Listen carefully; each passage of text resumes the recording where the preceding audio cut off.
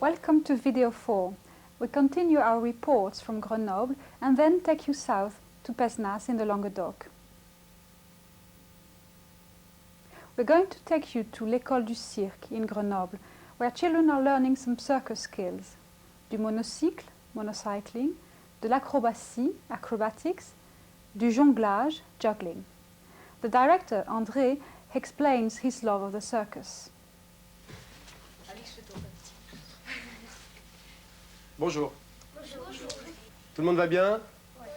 Aujourd'hui, on fait un bon échauffement, un petit peu d'assouplissement et ensuite, entraînement libre. Chacun sa discipline. Allez, debout. Vous courez dans tous les sens, on ne se suit pas. Allez-y. De partout. On essaye de ne pas trop se rentrer dedans. Évitez les autres. Attention pour se coucher sur le dos, sans se faire mal quand même. Vous jetez pas trop. La petite école du cirque de Grenoble a 4 ans. Les 140 enfants qui viennent ici ont entre 3 et 15 ans. Doucement, doucement, doucement. Top! Je vais accélérer. Rallongez-vous. Au début, je vous laisse bien le temps. Après, ça va être plus rapide. Déroulez bien le dos. Attention. Très peu de ces enfants vont faire les métiers du cirque plus tard. Mais à l'école, on leur montre des techniques qu'ils ne peuvent pas apprendre ailleurs. Du monocycle, de l'acrobatie, du jonglage. André, vous êtes l'organisateur et le responsable de cette école du cirque à Grenoble. Est-ce que vous-même, vous avez eu une formation au métier du cirque? Non, aucune au départ. J'ai eu une formation de professeur d'éducation physique. Mais j'ai toujours été passionné de cirque. Je me souviens très bien, je ne ratais jamais une émission télévisée sur le cirque quand j'étais petit. C'était ma passion que je n'ai pas pu exprimer finalement. Et j'y suis revenu beaucoup plus tard, après le professorat d'éducation physique. He wants the children to have fun and training at the same time. Most of all, he looks for suppleness, la souplesse, in a child. But only very few will join a circus. Et comment est-ce que vous avez appris vous-même? J'ai appris beaucoup de choses tout seul. Je cherchais finalement une activité pour les enfants. J'avais remarqué que les enfants n'avaient pas tellement d'activités sportives en dehors de l'école. Et j'avais envie surtout de trouver une activité où ils puissent se détendre autant que s'entraîner. C'est-à-dire trouver quelque chose de motivant pour l'enfant, et le cirque répond beaucoup à ceci. Il y a pourtant des qualités essentielles à l'apprentissage. Moi, je regarderais des qualités physiques telles que la force et la souplesse, avant tout. Avant de regarder même la connaissance des mouvements. Je préfère un enfant qui a de la force et de la souplesse et qui ne sait rien faire, à un enfant qui a déjà fait 3 ans de gym mais qui n'a ni force ni souplesse. Doucement.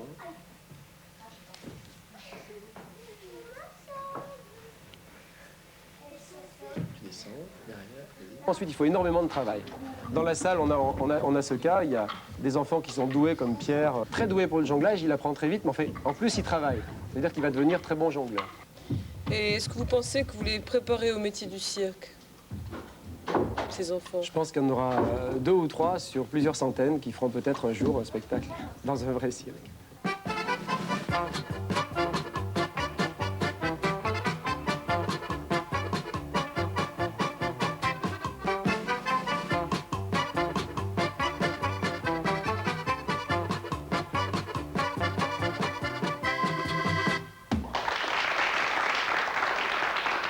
Now to La Maison de la Culture in Grenoble. It is the home of a well-known theatre company called le Centre Dramatique National des Alpes. We interview Ariel Garcia Valdez, who is directing Chekhov's Three Sisters, Les Trois Sœurs. Listen for words to do with the theatre. Le metteur en scène, the director. La troupe, the theatre company. And beware, les comédiens means actors, not comedians. Ça t'aiderait pour le truc et ça permettrait de relancer. Hein? On pourrait essayer ça, d'accord? Mais Lily Tchekhov est un auteur difficile à interpréter. Pourquoi donc avoir choisi de débuter avec Les Trois Sœurs? Bon, comme on m'a demandé de faire une mise en scène, j'ai choisi Tchekhov. 1, parce que j'adore cet écrivain. Et 2, parce que ça permettait aussi à la troupe d'avoir des rôles importants. C'est-à-dire c'est un des rares auteurs qui permet aux acteurs de s'exprimer pleinement, enfin, sur le plan de la psychologie des personnages. À cette époque, à Moscou, il fait bon, tout est en fleurs, inondé de soleil. 11 ans déjà, mais je me souviens de tout, comme si c'était hier. Ce matin, au réveil, j'ai vu ces flots de lumière. J'ai vu le printemps. Mon cœur s'est rempli de joie et de désir passionné de retourner dans notre ville natale. Annie Perret, who plays Olga, talks about the difficulties of playing the part. Quand on parle de Tchekhov, on parle toujours de nostalgie. C'est-à-dire le ton tchékovien, c'est un peu la nostalgie, la tristesse, ce qu'on ne peut pas faire et on s'est résigné à être ce qu'on est. Et enfin, à notre avis, c'était vraiment différent. C'était que, au contraire, c'était des gens qui souffraient d'être trop pleins de quelque chose qu'ils n'arrivaient pas à réaliser. Et je pense que c'était aussi l'idée d'Ariel sur tous les personnages. Et Olga, moi, je la voyais tout à fait comme ça. C'était quelqu'un qui supporte absolument pas que les gens la voient vieillir alors qu'elle, elle se sent pas du tout comme ça parce qu'elle n'a rien fait et qu'elle a l'impression qu'elle a encore tout à faire, quoi. Enfin, c'est un peu ça, voilà. La difficulté, c'est un peu ça.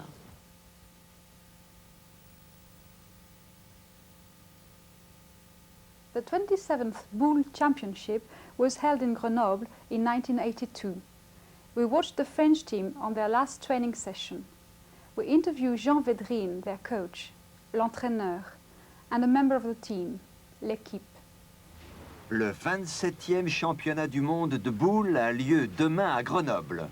Ceci est la dernière journée d'entraînement pour l'équipe de France. C'est aussi la dernière chance pour les entraîneurs de juger de la forme des joueurs. Jean Védrine, vous êtes l'entraîneur. Qu'est-ce qui fait un bon bouliste? Bien, il faut premièrement avoir subi un certain apprentissage dès le plus jeune âge. Ensuite, avoir pratiqué à un niveau important parce que la condition physique est importante. Et en plus de ça, il faut avoir l'habitude des automatismes. C'est-à-dire que pour le tir, par exemple, il faut une très bonne coordination des bras et des jambes au service d'une adresse.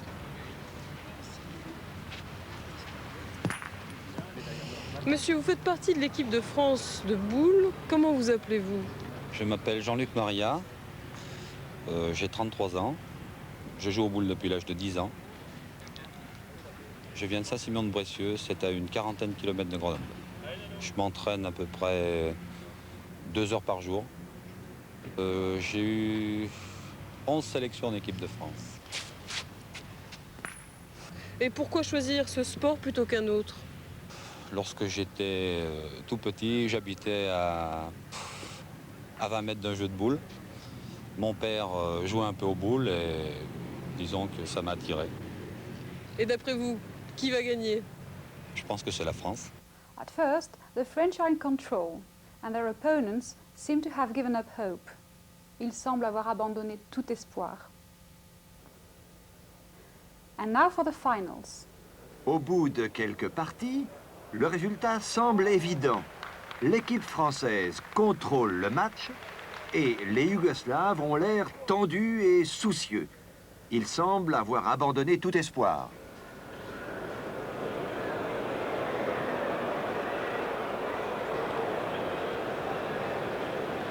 Dans la foule, les experts et les habitués sont convaincus. La finale va être rapide.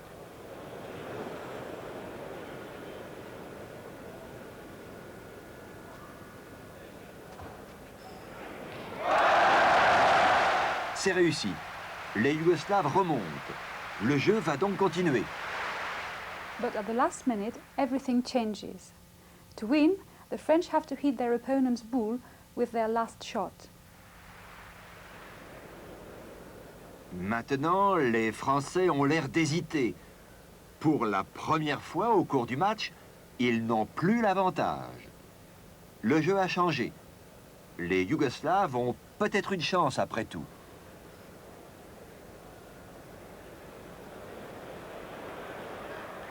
La boule la plus proche du but est celle des Yougoslaves et il ne reste qu'une boule à l'équipe de France. Le choix est simple. Il faut que le joueur français tire la boule yougoslave.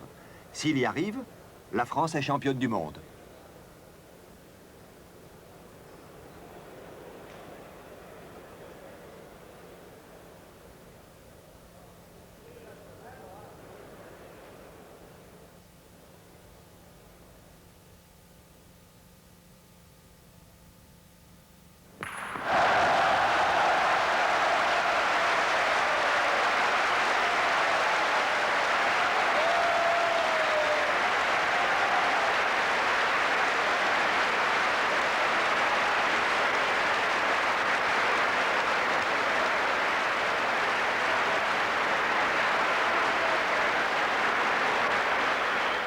j'aurais préféré voir une belle France-Italie en finale. Là, on aurait été encore plus content si ça avait été la... Il tombe ça, hein? Ah, ouais, ouais. 1989, 27e tournoi, France.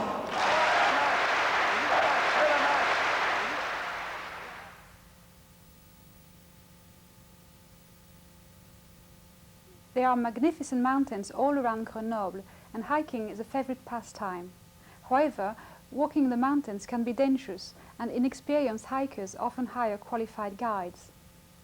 In the next section, we join a guide, Fleb, as he prepares the route, l'itinéraire, for his next hike, la randonnée. Fleb a 32 ans. Il habite à Grenoble dans un appartement. Il est originaire de Haute-Savoie, une autre région des Alpes.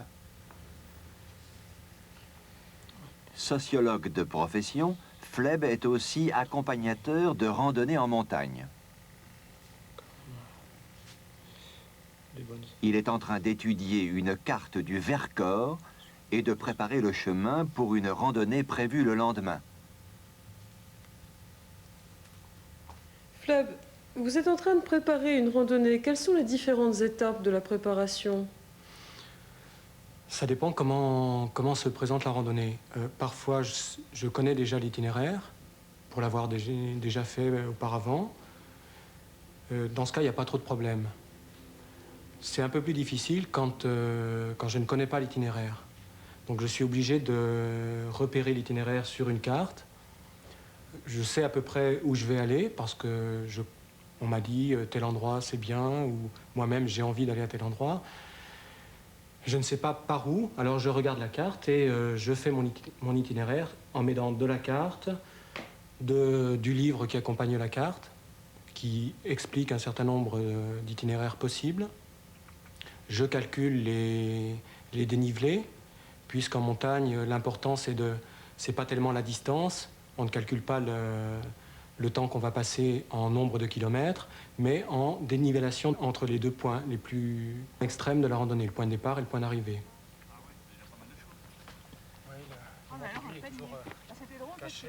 When he plans the route, Fleb takes into account the heights of the mountains, the experience and the stamina of the hikers, and the weather forecast, la météo.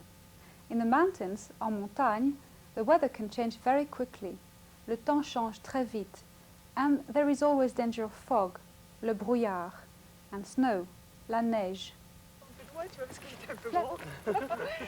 Ensuite, je regarde les difficultés éventuelles en fonction des gens qui vont m'accompagner. Ça dépend de leur niveau, de leur résistance physique, de leur préparation. Il y a un certain nombre de paramètres dont je dois tenir compte. Il faut tenir compte de la météo. C'est un paramètre important quand on va en montagne. C'est beaucoup plus important qu'en plaine parce qu'en montagne, le temps change très vite. On part le matin avec un soleil magnifique et on se retrouve ça m'est arrivé d'ailleurs, avec la neige au sommet, la neige, le brouillard. Alors quand on a des gens qui sont en tennis, ça peut poser des problèmes. Fleb also has to consider the safety of the hikers, especially in fog. Il faut que tout le monde se tienne assez proche. They must all stay close together. Maintenant, les problèmes de sécurité deviennent beaucoup plus importants quand les conditions de temps se gâtent. Quand il y a du brouillard, quand on risque de se perdre, il faut que tout le monde se tienne assez proche de façon à ce qu'on se suive et on se voit. On voit toujours celui qui est devant. C'est particulièrement important, d'ailleurs, ce problème de brouillard sur le plateau du Vercors. Il y a régulièrement des gens qui se perdent lorsque le brouillard tombe, et il tombe brutalement. C'est un massif calcaire qui est plein de trous, et on peut comme ça tout d'un coup disparaître dans une fissure qui a 10, 20, 30 mètres de profondeur. En tout cas, normalement... Hein, on se met là? Oui, on se met là, par beau temps, alors on a une vue superbe ici. Dommage. Alors le Mont-Aiguille, évidemment, évidemment, on voit rien. Les rochers du parquet qu'on a déjà vu tout à l'heure, et qu'on voit plus, ils sont cachés. Le pas de l'aiguille, qu'on voit pas. Et je crois qu'on voit rien. Et on continue où tout à l'heure? Robert, tu jettes un regard concupiscent sur ce vin. Le flacon n'est pas ce qu'il pourrait être, mais le contenant quand même. Well. Mais t'as arrêté les cigarettes ou bien? Non, tu fumes la pipe en plus? J'achète plus de cigarettes. C'est pas moi, ça, je trouve. C'est un Saint-Marcelin. C'est un Saint-Marcelin. Oui, oui. Alors moi, j'ai même pas sorti mon sac. Hein. Moi j'ai bien sorti, mais ça vaut pas la peine d'en parler. Si, j'ai quand même du jambon fumé. Ah. Quelques petites prunes du jardin. Moi j'ai un jambon maison.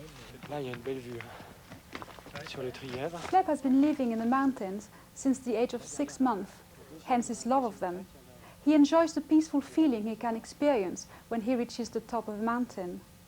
When he's at the top, au sommet, he feels at one with the countryside around, le paysage alentour. Moi, je ne suis pas né en montagne. Je crois qu'il y a très peu de gens qui sont vraiment nés en montagne. Mais je suis arrivé en montagne, en tout cas, à l'âge de 6 mois. C'était en Haute-Savoie, dans un petit village. Et je pense que mon attirance pour la montagne date de cette époque.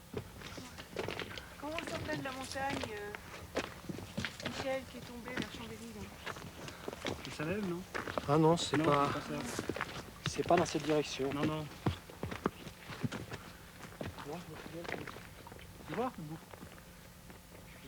J'ai besoin d'avoir un peu cet horizon fermé, certains disent fermé, par les montagnes. Pour moi, c'est pas une fermeture, c'est beaucoup plus que ça. C'est une possibilité d'être au-dessus, de quitter la condition quotidienne, habituelle qu'on a en ville, qu'on a sur le plat pays, hein, dans la plaine, et d'avoir une autre vision du monde. Quand on est au sommet d'une montagne, ce qui est en général l'objet d'une randonnée, d'aller sur un sommet, on a une vision du monde très, très apaisée et très ouverte. Et il y a une espèce de communion qui peut s'instaurer entre soi-même et le paysage alentour.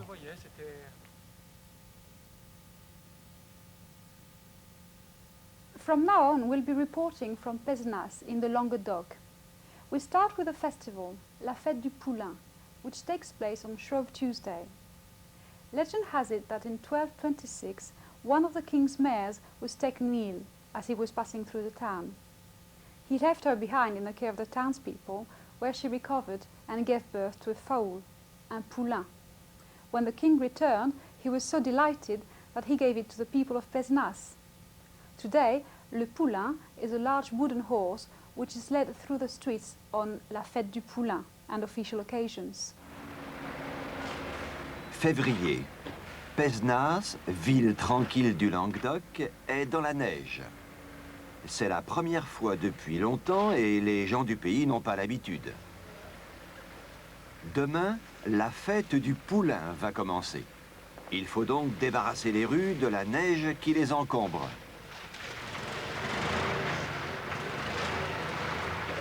Non loin de là, dans une petite rue, le poulain et ses amis se préparent à la fête. Là, c'est bon, là, hein, vous pouvez y aller, c'est bon. C'est bon. Allez, c'est bon. Merci derrière. Merci derrière. À moi. Recule. Merci derrière. Là, c'est bon. Allez. Allez, là, c'est ma fille. Le gardien du poulain s'appelle Pampille. La famille de Pampille s'occupe du poulain depuis 2 générations. Le poulain habite Pézenas depuis 1226, un des plus vieux habitants de la ville, sans aucun doute. Chaque année, il sort, accompagné de musiciens, pour défiler dans les rues de la ville.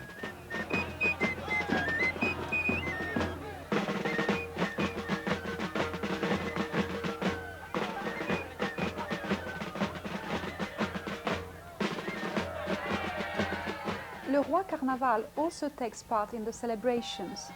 He's paraded round the town, then put on trial in front of the people who formally accuse him of everything that's gone wrong in the town during the year.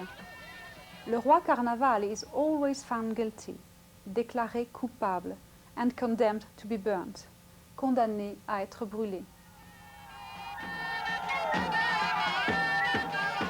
Le roi Carnaval symbolise tous les problèmes qu'ont eus les habitants pendant l'année qui vient de passer. Après avoir fait le tour de la ville, le roi Carnaval passe en jugement.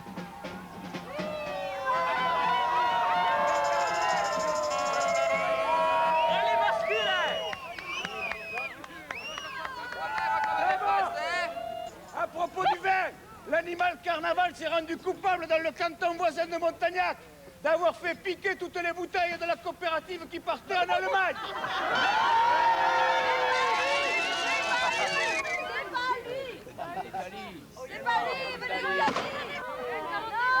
À l'unanimité, ça saigne. La foule de Pézenas te condamne à être brûlé sur cette place pour que l'an prochain, tu puisses nous revenir un petit peu plus flambant.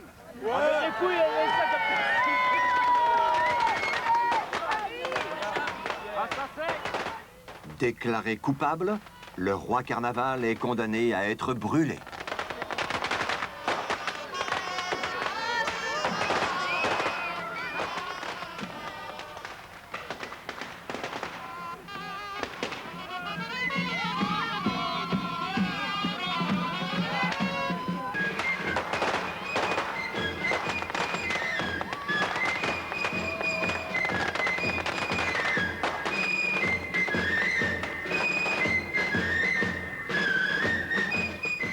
Un bal est organisé pour conclure la fête.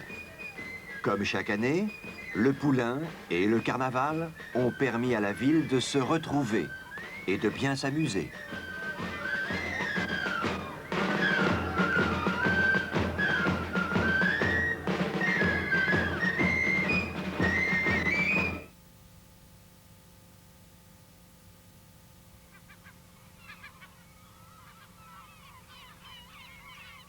Not far from Pézenas, the town of Sète is one of the biggest fishing ports on the French Mediterranean coast. We interview several fishermen, des pêcheurs. They explain that fishing, la pêche, used to be a family business. Now, because of low wages and difficult conditions, they are relying more and more on workers from abroad. The fishermen all speak with a southern accent. Le port de Sète est un des ports commerciaux les plus modernes en France. C'est aussi un des plus importants ports de pêche en Méditerranée. À Sète, il y a 53 chalutiers et 18 tonniers. Ça fait combien de pêcheurs? Ça fait environ 600 pêcheurs pour les deux catégories confondues. Il y a d'autres pêcheurs? En principe, il y a des pêcheurs de petits métiers qui représentent à peu près 400 bonhommes. Ce qui représente 1000 pêcheurs à peu près environ dans le port de Sète.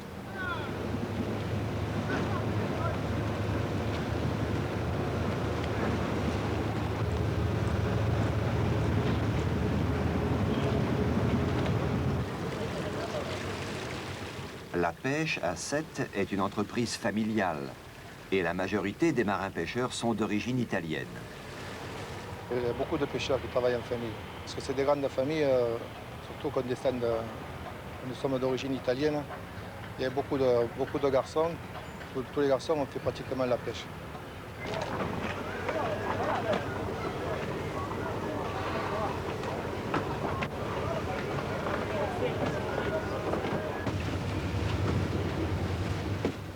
De nos jours, la famille ne suffit plus.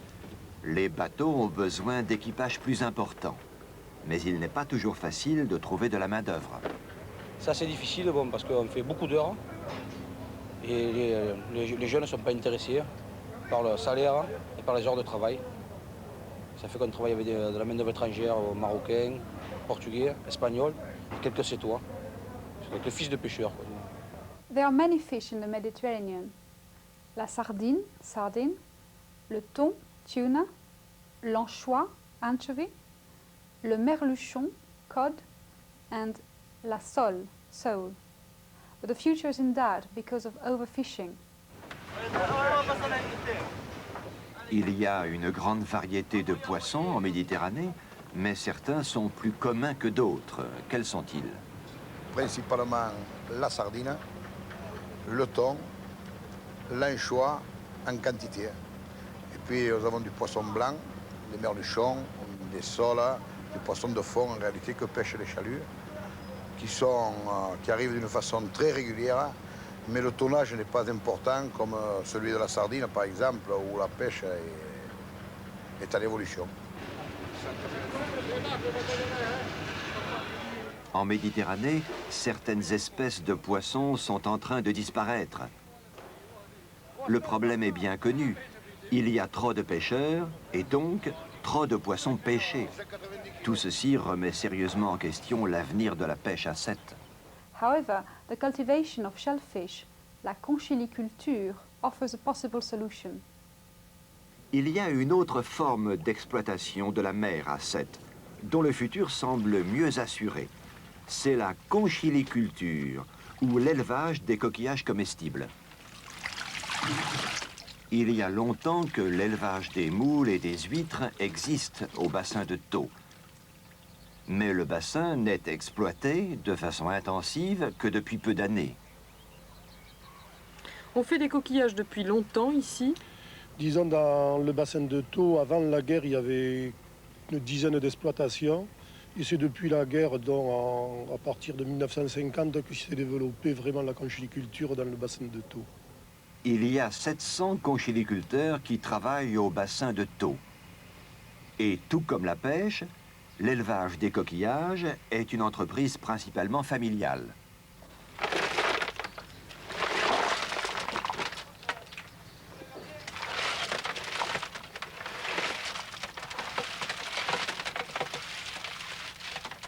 Monsieur Bondon est conchiliculteur au bassin de Thau depuis 30 ans.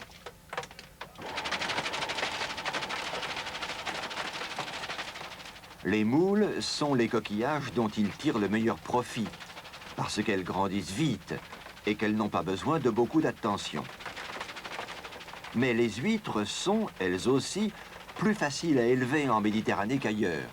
Nous bénéficions, nous autres en Méditerranée, n'ayant pas de marée, que le coquillage consomme, disons, 24 heures sur 24 heures. Hein, ce qui fait qu'à l'océan, il leur faut 3 ans pour faire un coquillage que nous autres, nous faisons dans l'année. L'avenir de Monsieur et Madame Bondon semble assuré. Grâce à l'industrie touristique et aux plus grandes facilités de transport, les coquillages sont des produits beaucoup plus demandés qu'avant.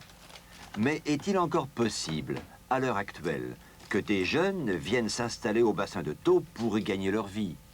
Disons, pour le moment, c'est bloqué en nombre du fait qu'il n'y a plus de surface à louer. Mais nous pensons que dans les années qui viennent, les jeunes pourront aller à la mer. Mais on a déjà fait des expériences en mer. Depuis 6 ans à peu près, il y a une équipe à travers 2 syndicats qui exploitent la mer. Et on a espoir que les jeunes pourront travailler à la mer.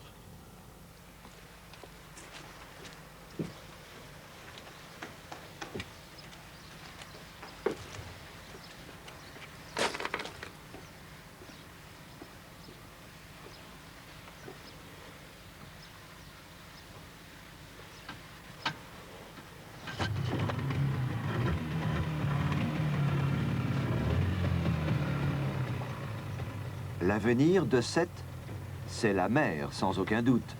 Mais les méthodes de travail vont probablement devoir changer.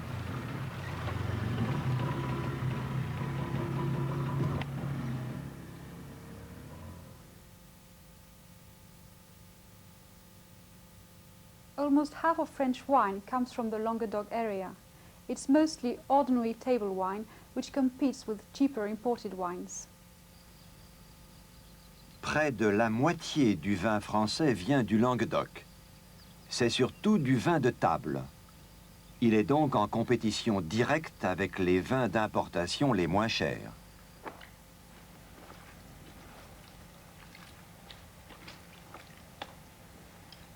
Emmanuel Maffre-Bauger est viticulteur et producteur de vin.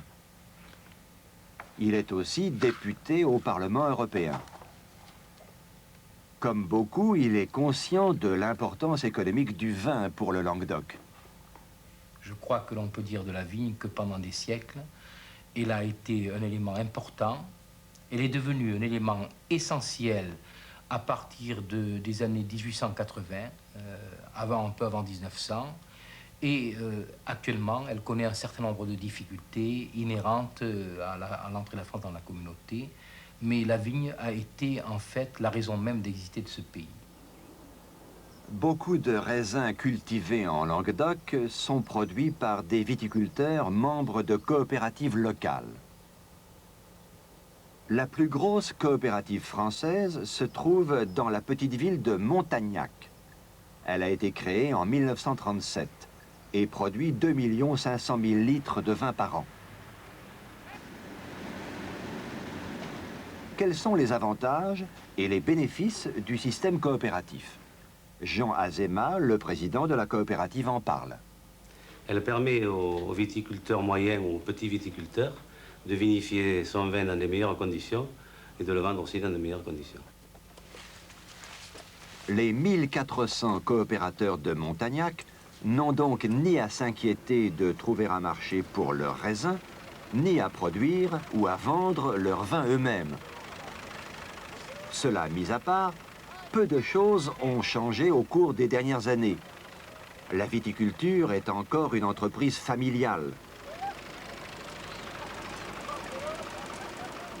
Au moment des vendanges, tout le monde, jeune ou vieux, vient aider au champ. Wine is produced by both independent growers and cooperatives.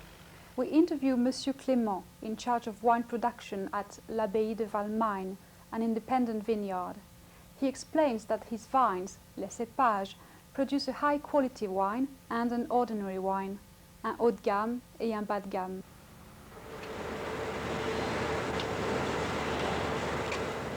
La production de la coopérative est entièrement mécanisée. Il n'y a que 15 personnes qui travaillent à Montagnac.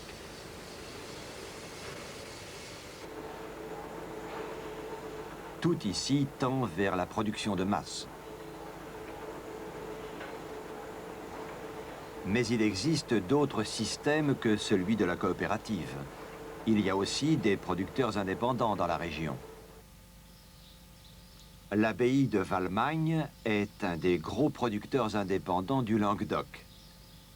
Les moines cisterciens ont été les premiers à cultiver la vigne à cet endroit.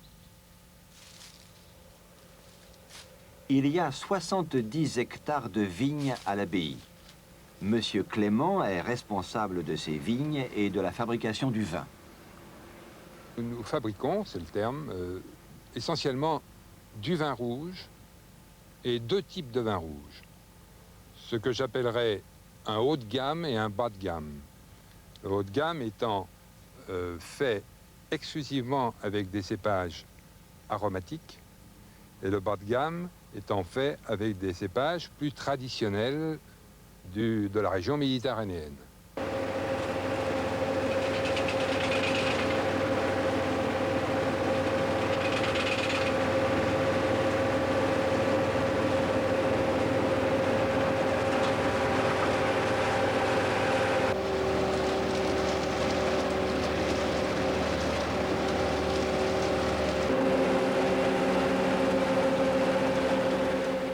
La production de l'abbaye est très mécanisée. Avec une machine comme celle-ci, il ne faut plus que 3 hommes au lieu de 30 autrefois pour faire les vendanges.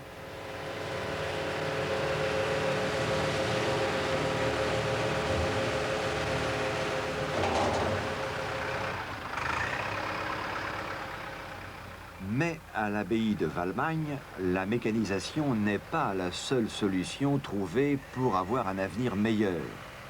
Les vieilles vignes sont remplacées petit à petit par des ceps de meilleure qualité. Winemaking takes time, but people in the Languedoc can't imagine their future without it. La vigne, c'est un peu notre chair, et le vin, c'est un peu notre sang. The vines are like flesh and blood.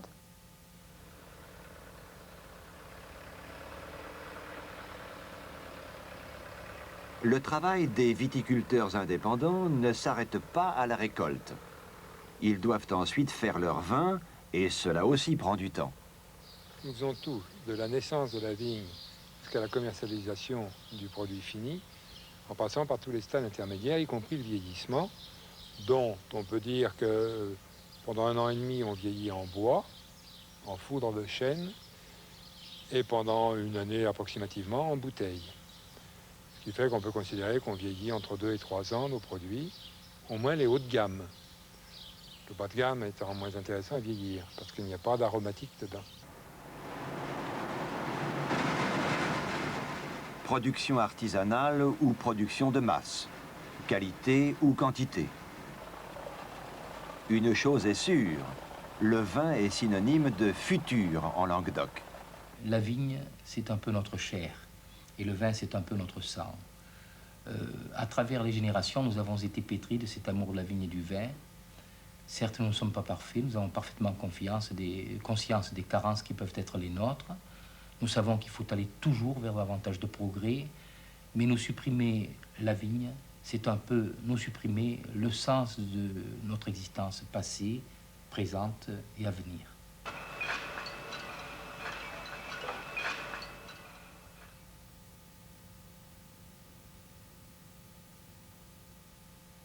The old town of Pesnas has changed little since the 18th century.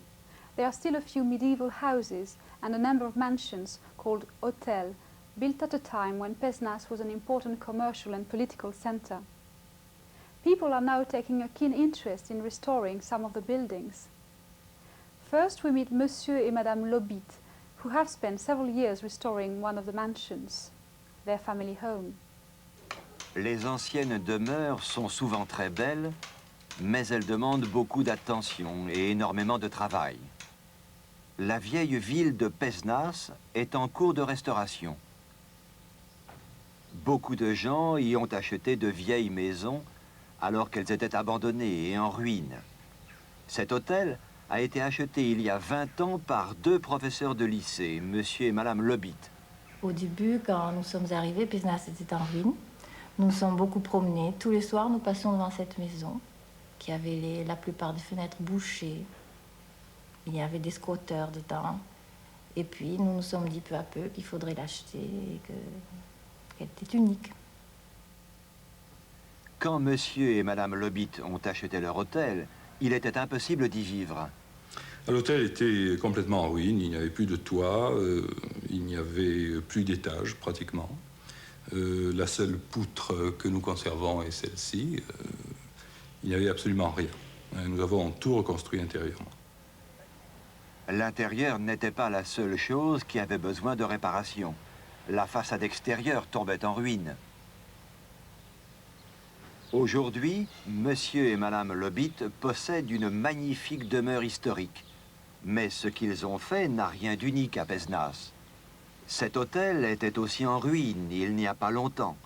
Il appartient maintenant à une banque. Celui-ci est la maison d'un industriel et de sa famille. Toutes ces rénovations ont transformé la vieille ville.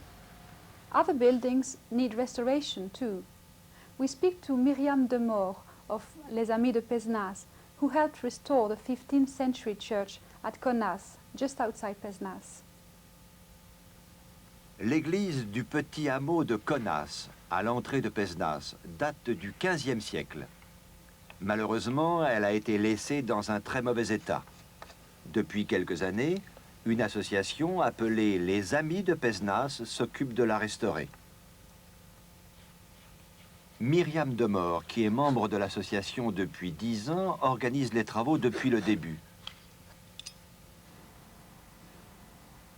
Le chantier a duré 4 années, un mois, le mois de juillet en principe tout le temps, durant les 4 années.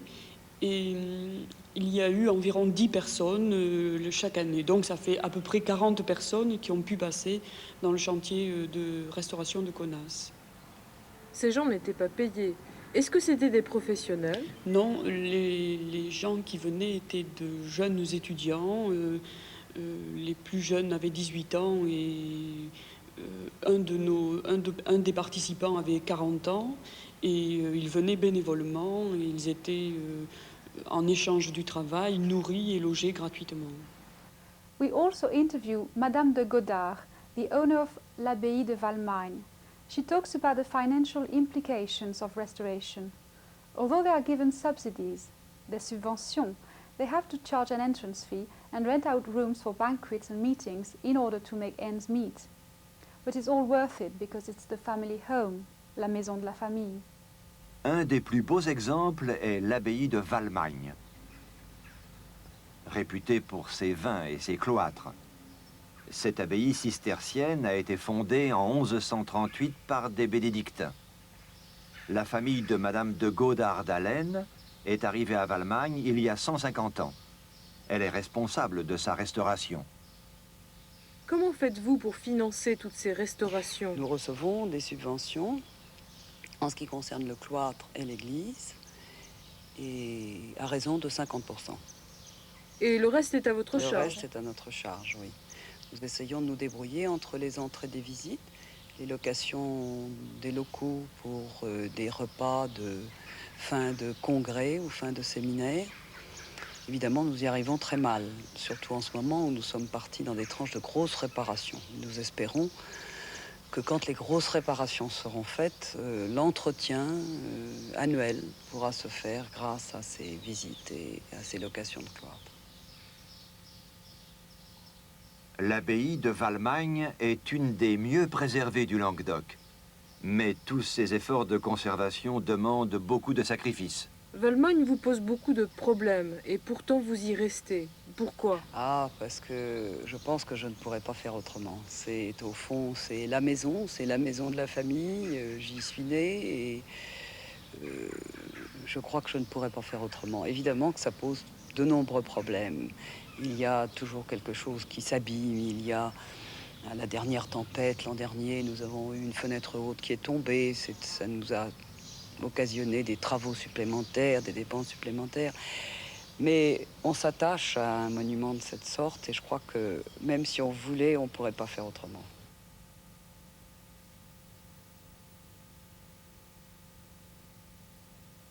In our final report, we hear about la lutte du Larzac, the struggle of the Larzac. Le Larzac is a bleak plateau in the north of the Languedoc.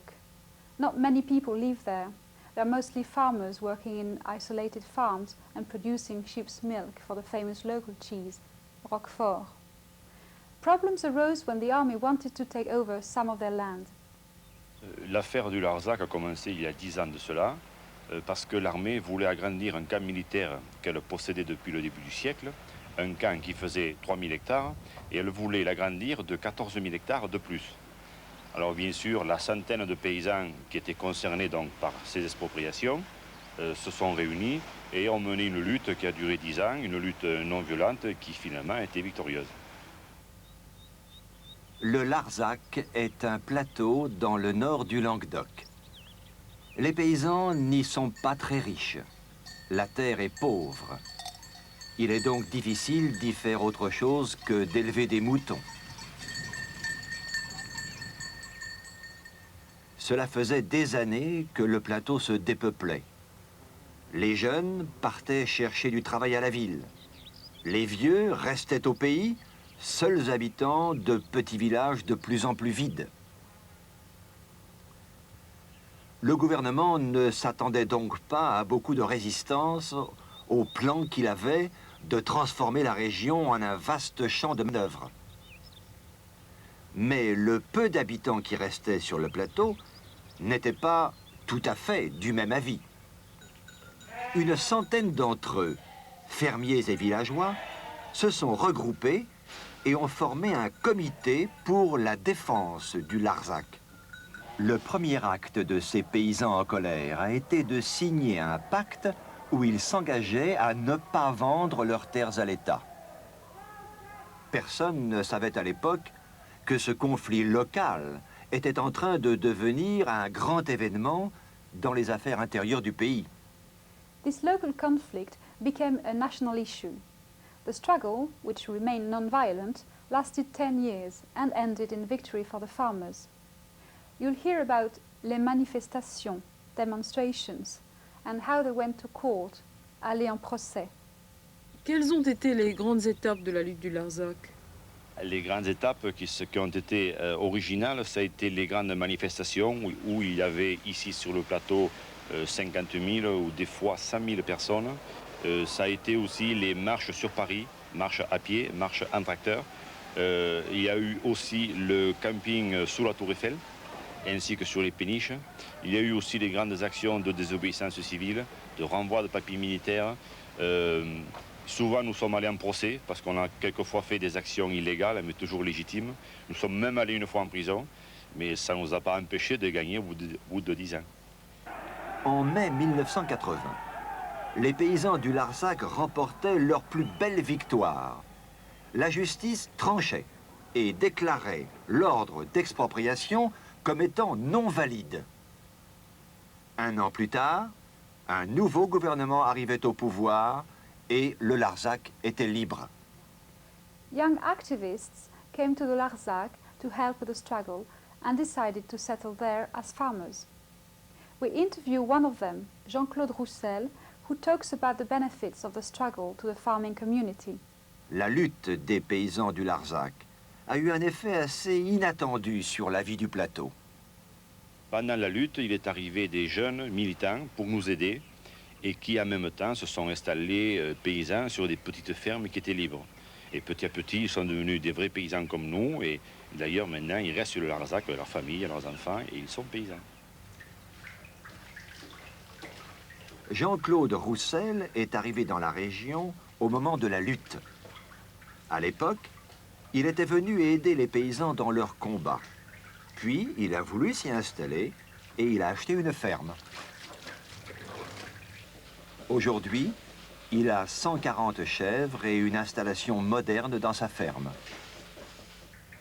Il tient à son autonomie. Il fait et il vend son fromage lui-même. Il refuse catégoriquement de travailler pour les grandes fromageries de la région. Sur le Larzac, on a la possibilité d'avoir de grands espaces, on a la possibilité de récupérer des terres, on a la possibilité d'installer des jeunes, mais pas forcément dans un style d'agriculture, disons, productive, qui va vers une productivité croissante. Ce qu'on voudrait arriver, c'est pouvoir mettre en place une autre forme d'agriculture. Pas forcément des gros tracteurs, des grands bâtiments, des super productions, mais simplement revenir à des choses beaucoup plus raisonnables. Ne pas devenir, par exemple, des salariés de Roquefort, d'une coopérative, ou des salariés simplement du Crédit Agricole. On voudrait une agriculture particulière. Selon Jean-Claude, la lutte du Larzac a permis aux paysans de reprendre leur indépendance, de redevenir maîtres chez eux. Est-ce que la lutte a changé la vie sur le plateau? Oui, sur le plateau, ici, la vie a été transformée, la vie agricole. Le travail n'est plus tout à fait le même. On ne travaille pas toujours dans le même esprit maintenant. Et la vie sociale aussi. Les gens maintenant se tutoient, s'appellent par leur prénom. Les gens s'embrassent quand on arrive aux réunions. Disons, on fait partie d'une grande famille. We are now at the end of video 4. I hope that you've enjoyed the documentaries and that they have helped improve your understanding of France and spoken French. For more information on how to make the most of the reports, there are useful tips at the beginning of video 3. You can also find extra help in the French Master Course book and video resource book. Au revoir.